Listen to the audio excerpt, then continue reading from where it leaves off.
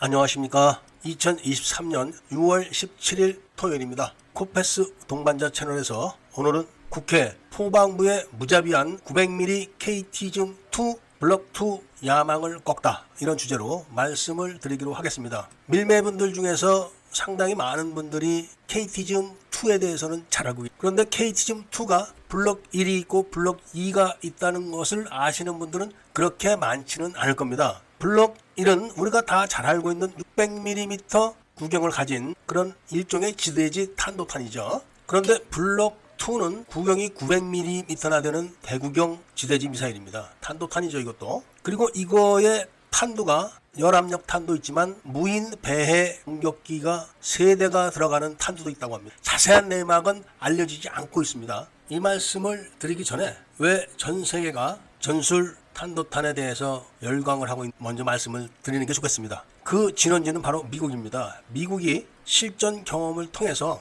가장 지상군에게 화력 지원을 효율적으로 할 수 있는 수단이 항공 폭격 이전에 바로 전술 지대지 탄도탄 또는 다연장 로켓탄이라는 것을 확인을 한 겁니다. 항공기 폭격보다도 더 효율적이지만 문제는 지속적으로 계속 화력 지원을 못한다는 점이 약점이라고 합니다. 일단 탄 적재가 포병 화력보다는 적고, 그리고 아직도 가격이 비싸서 그렇다는 겁니다. 아무리 미군이지만 다연장 로켓포 지원 사격이나 전술 탄도탄을 마음껏 투사하지는 못한다고 합니다. 아직은 그렇다는 겁니다. 그래서 미군도 지금 가격을 대폭 낮추고 위력을 높이는 그런 연구를 지금 계속하고 있습니다. 일선 부대는 가장 빨리 화력 지원을 받고 가장 효과를 낼 수 있는 것이 바로 이런 다연장 로켓과 전술 탄도탄이 즉효라는 결론을 다 내렸다고 합니다. 그러니까 지금 우크라이나에서 하이마스가 얼마나 위력적인 것은 다 증명이 됐습니다. 그래서 한국도 천무를 개발해서 전력화를 했고, 천무2를 지금 전력화를 하고 있는 중이라고 합니다. 천무2는 400mm 구경의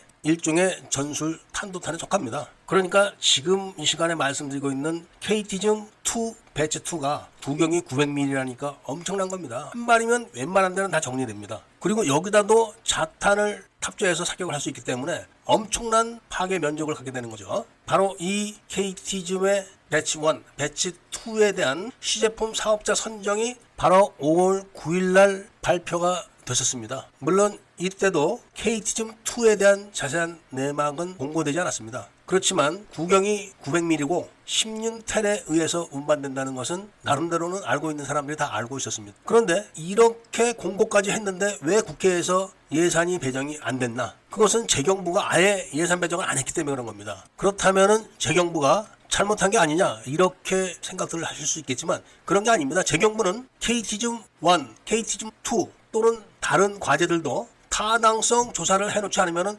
예산 배정을 절대 하지 않습니다. 그러니까 ADD에서 CJ 사업자 공고를 냈음에도 불구하고 타당성 조사를 안 해놓은 겁니다. 일을 거꾸로 시작한 거죠. 일부러 그런 거죠. 저 사람들은 밥만 먹고 하는 일이 그건데 그걸 모르겠습니까? 이렇게 하면은 예산이 배정돼서 사업이 빨리 간다. 그러니까 그렇게 하지 말고 먼저 사업자 공고를 내놓고 타당성 조사는 나중에 하다. 그렇게 되면 예산이 배정이 안 되고 국회에서는 아예 예산 심의를 못하게 되는 겁니다. 뻔히 알고 있는 거죠. 그것만 전문적으로 하는 부서가 있고 거기에 조직적인 팀장과 개원들이 다 있을 텐데 그렇게 일을 일부러 처리한다는 게 말이 되겠습니까? 그런데 일단 오늘 주제는 900mm 대구경 KT즘 블록 2에 대한 이야기니까 이 이야기를 먼저 하도록 하겠습니다. 일단 900mm KT즘 2 전술 탄도탄은 바로 군단 사령부에 배속되는 겁니다. 포병 화력이지. 그리고 지상작전 사령부 소속으로 전력화가 되니까 사거리는 300km 정도에서 끝날 겁니다. 사거리 300km에 구경이 900mm다 하면은 거의 무기급의